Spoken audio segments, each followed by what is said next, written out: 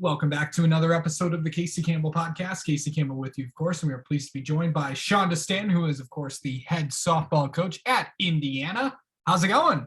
Oh, it's great, Casey. Love talking softball, and I love representing Indiana University, so I look forward to us chatting today. Okay, so I know the season's literally going to kick off in, I think, next week, around there. So what's that going to be like? I know that you guys are traveling all around, just trying to get going here, and with this season overall, how do you feel going into this big year, into some non-conference play, something that you haven't done in a while? This is the best time of the year. You know, opening weekend is similar to Christmas night. You don't know what memories that brings up for you, but when I was a kid, Santa would drop off early Pittsburgh Steelers pajamas. I was born in Sharon, PA, and moved to Cleveland, Ohio shortly after that. But we were Steelers fans, and so I would, have the little nightgown that was Steelers. My brothers would have Steeler pajamas, and you couldn't sleep that night, right? You were so excited, you couldn't wait. You were anticipating what was going to be under the tree. And that's what it's like opening weekend when you have a group, when you graduated 7 starters and you got a super athletic and talented group with competition everywhere. It's like Christmas night. We can't wait to unwrap those gifts and see what, all different shapes and boxes. And, it's going to be fun. And then, let me set the stage. We're heading, to Boca. And so it's going to be mid to high 70s. We're going to have lots of sunshine, palm trees in the background. So not a more beautiful setting for us to open up next weekend. So a week from tomorrow, we'll be on the road, and this is a fun group. We can't wait to travel with Team 49. We are getting hit with snow where I'm currently at right now. So, so let's talk about Team 49 for a second. Let's, as I've been doing with a lot of the coaches I've had on, kind of take me around the diamond, kind of take me tell everybody who doesn't know who the starters are returning and about all that. Yeah. Well, it's going to be fun as a coaching staff to be able to kind of go through lineups, and there's going to be a lot of people in and out. And so that's going to be fun. But when you look at the infield, that's really got to be our strength. We need to anchor it down in the infield, and we got some really amazing competitors in there. Grayson Radcliffe definitely is the heart and soul of that. And then we return Brooke Benson, who is just a really sure-handed shortstop. And then we've got Juvia Davis, who didn't see a ton of time, but has really had a great fall and a really good preseason as well. And so she's adding another layer for us in the infield. And we also have Cora Bassett, who transferred in from Purdue, who was an all Big Ten performer. And I tell you, in 20 plus years of coaching, this is the most fun I've had training an infield core. So you have those 4 athletes that are kind of all fighting for positions. Juvia, where she's going to give us a little bit of a dimension is we may throw her in the outfield. And so if we did that, we'll probably have Grayson starting at third, Brooke at short, and then we'll have Cora starting at second. And then first we'll play a little bit by committee. Brit Copeland, who's a freshman, when she's not on the mound, will have some time at first. We've got Grace Lorsung when she's not catching or DPing, will be over at first. And then we also have Sarah Stone, who's a mid-year transfer who we picked up, who just mashes. She'll also have some time at first. And so you'll see a little bit of a change at first. But those 4 infielders will be the 4 that will be playing. And, we'll have some different time there. Behind the plate, we have 2 starters. We picked up a transfer. I already mentioned Grace Lorsung, that she was a starting catcher, with Bella Norton last year, who graduated. And she has just been knocking the cover off the ball. She's got 16. Our goal is to get close to 60 live at bats for each kid going into opening weekend. And she's got 68 extra base hits right now, just hitting the ball hard. So she'll be one of the starting catchers. And then we picked up a transfer from Mizzou, Lindsay Warwick, super talented behind the plate, plus arm. And so we feel very confident because we have a young staff in the circle, not in terms necessarily always of age, but just in innings played. Obviously experience is a great teacher. So it's super great to have those really solid catchers behind the plate for those pitchers to be able to rely on. So let's talk about in the circle then. Natalie Four is a senior that kind of leads the way. And we're excited about the things that she can do in the circle. We've got Taylor Aslan, who's another senior, so 2 seniors there. Got a great changeup that she can add to that dimension. And then we've got Kate Rayberg, a hard throwing kid that has a good changeup, who's a junior. And then we've got a sophomore, a fighter, and Macy Montgomery, and she's had some really great workouts and has really emerged this preseason, definitely as one of the starters. And we're really excited about the things we're seeing with her. She's a competitor.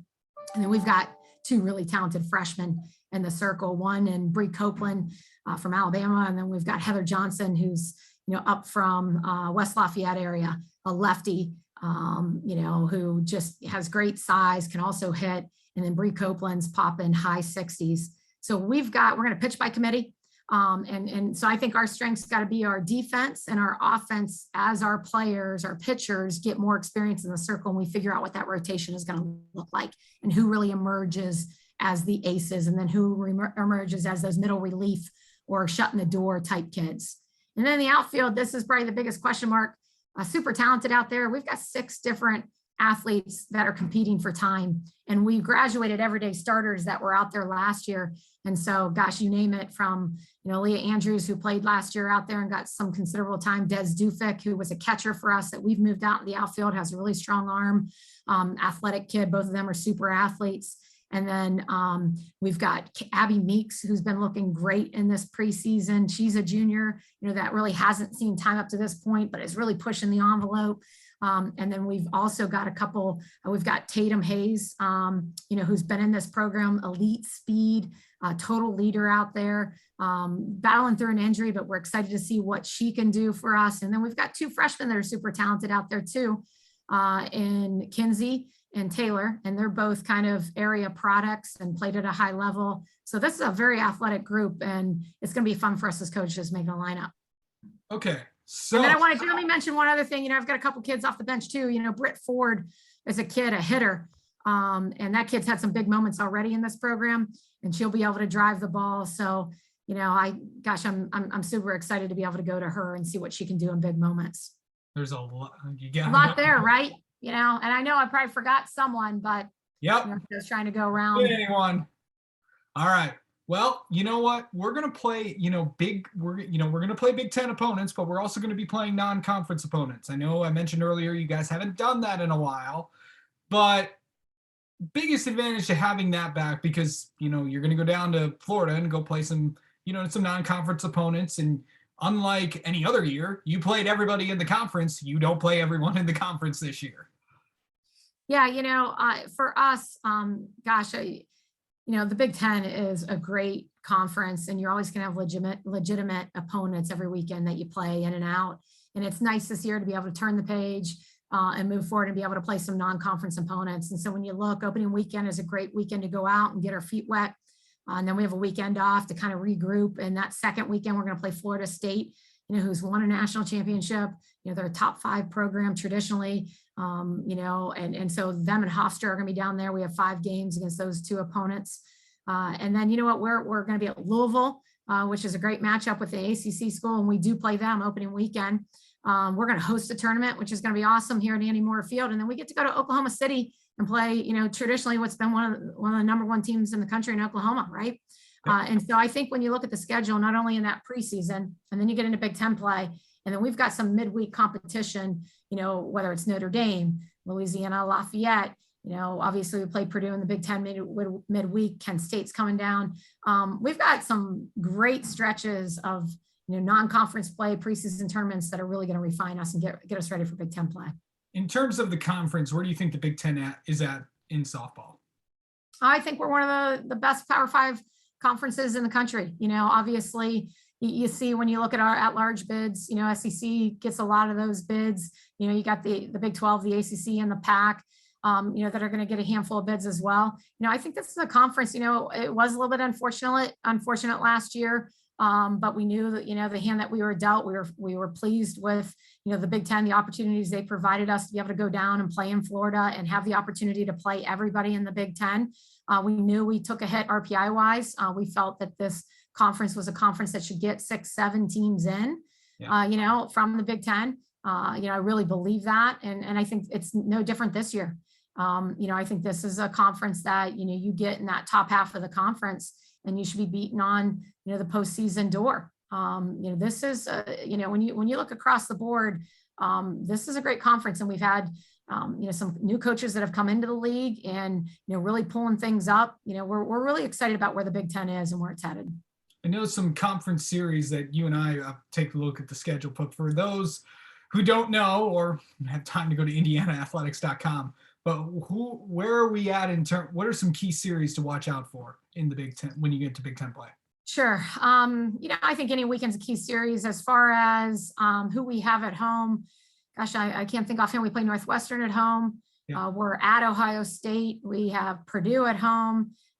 We have Illinois at home. We're at Wisconsin. We're at Nebraska. They're all going to be great competitive matchups. And so, we're only home 3 weekends with it, and then the midweek against Purdue. And so, we're looking forward to really pack Anamura Field stands and, really get after it. How good is it to feel to have the conference tournament back again? It's great. That's a weekend that anything can happen, right? It's single elimination. And there's nothing like tournament time, in the postseason, whether it's your own tournament. You saw the PAC just announced that they're going to be adding a tournament in 2023. There's something special, whether you could be a regular Big Ten season champion or whether you could be a Big Ten tournament champion. There's something about being a champ, right? Not everybody through the course of the year may get the publicity or whatever, but when you're a champion, everybody can claim that and everybody gets that ring. And so, having that with the national exposure, being on TV, it's great. This is a sport that people love to watch. It's very fan friendly with being super fast paced and a lot of action. Of course, that will be at Michigan State this year. So that will be, I might have to help off to East Lansing for that one. Yeah, they'll do a great job hosting. Oh yeah, Big Ten. Of course, you guys hosted not too long ago. I mean, the rotating host. That's gotta feel good. I mean, to host it is something. I know Wisconsin did, and they had that. Remember the helicopter that they had? What's it like playing at, not a neutral site, but at conference sites? Yeah. That was the beauty of last year. We don't get to play everybody every year. And for us, that was year 4 that we've been in the league. And we got to go to some new Big Ten sites. And, we've got some beautiful campuses with great facilities, cool towns or cool cities, depending where you are. And I think one of the things that we do a great job of a staff is we're prepared and we take care of our business on the road. And then anytime we have a chance to get out in the town that we're in and have our student athletes to experience that Big Ten site and that Big Ten university, we do that because it's an awesome opportunity. And so, we're really proud to be members of the Big Ten. It's, it's such a storied and just a powerhouse conference. All right. Well, Shonda, Stanton, thank you so much for coming on and talking with us. Good luck to you. And of course, good luck to the Indiana Hoosiers this season. Thanks, Casey. All right. We'll have you on again sometime.